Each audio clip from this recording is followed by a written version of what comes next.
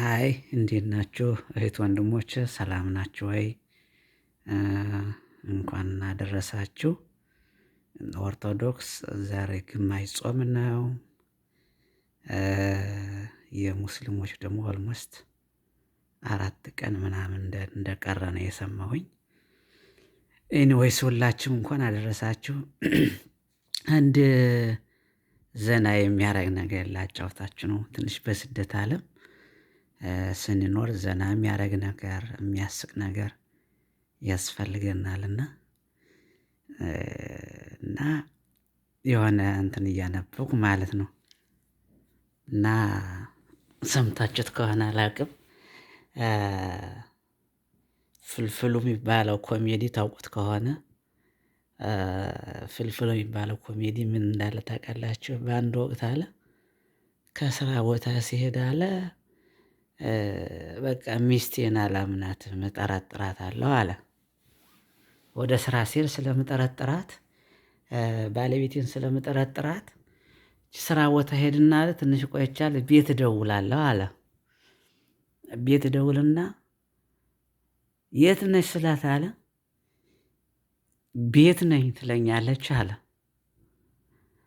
ኦኬ አለና አለ ቤት ከሆነሽ እስኪ የጁስ መፍጫውን ማሽን አሰሚ ድምፁን እላታለሁ አለ። ማሽኑን አለ ብር አድርጋ ታሰማኛለች። በቃ ቤት ነሽ አመሰግናለሁ እላለሁ አለ። በሁለተኛው ቀን ደግሞ አለ ደወልኩና የት ነሽ አልኳት አለ። እንዴ ቤት ነኝ አለችኝ አለ። እስኪ ቤት ከሆነሽ የጁስ መፍጫውን ማሽን አሰሚኝ አልኳት አለ። ዱር አድርጋ አሰማችኝ አለ።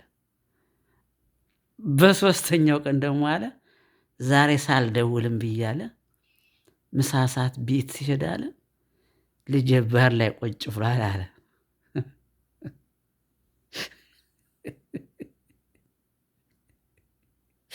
እና ልጄ በር ላይ ቁጭ ብሏል አለና አቡሽዬ ወይኔ አፈር ብላ ዝም ብላ ከንፈሩ ደርቆ በር ላይ ብቻውን ቁጭ ብሏል አለ።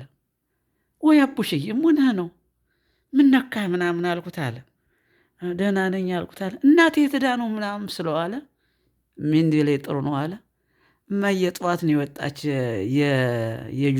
የጁስ መፍጫውን ማሽን ይዛ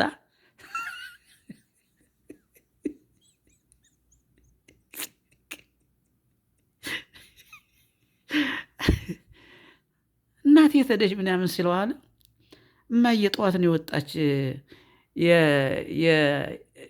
የጁስ መፍጫውን ማሽን ይዛ አለኝ አለ። እና እንባዬ እስከሚመጣ ነው የሳኩኝና በስደት የምትኖሩ በሰው ቤት ያላችሁ ሁላችሁም በሀገር ውስጥም ቢሆን ያላችሁ ሁላችሁም በዚህ ዘና በሉ ለማለት ነው። እና አብሽዬ እናቴ የት ሄዳ ነው አልኩት አለ። እማዬ ጠዋት ነው የወጣች የጁስ መፍጫውን ማሽን ይዛ ብሎ አለኛልና እንዲያው በዚህ ዘና ላርጋችሁ ብዬ ነው። እና አመሰግናለሁ። በርቱ፣ ጠንክሩ። ሰላሙን ሁሉ እመኝላችኋለሁ። ታንኪዩ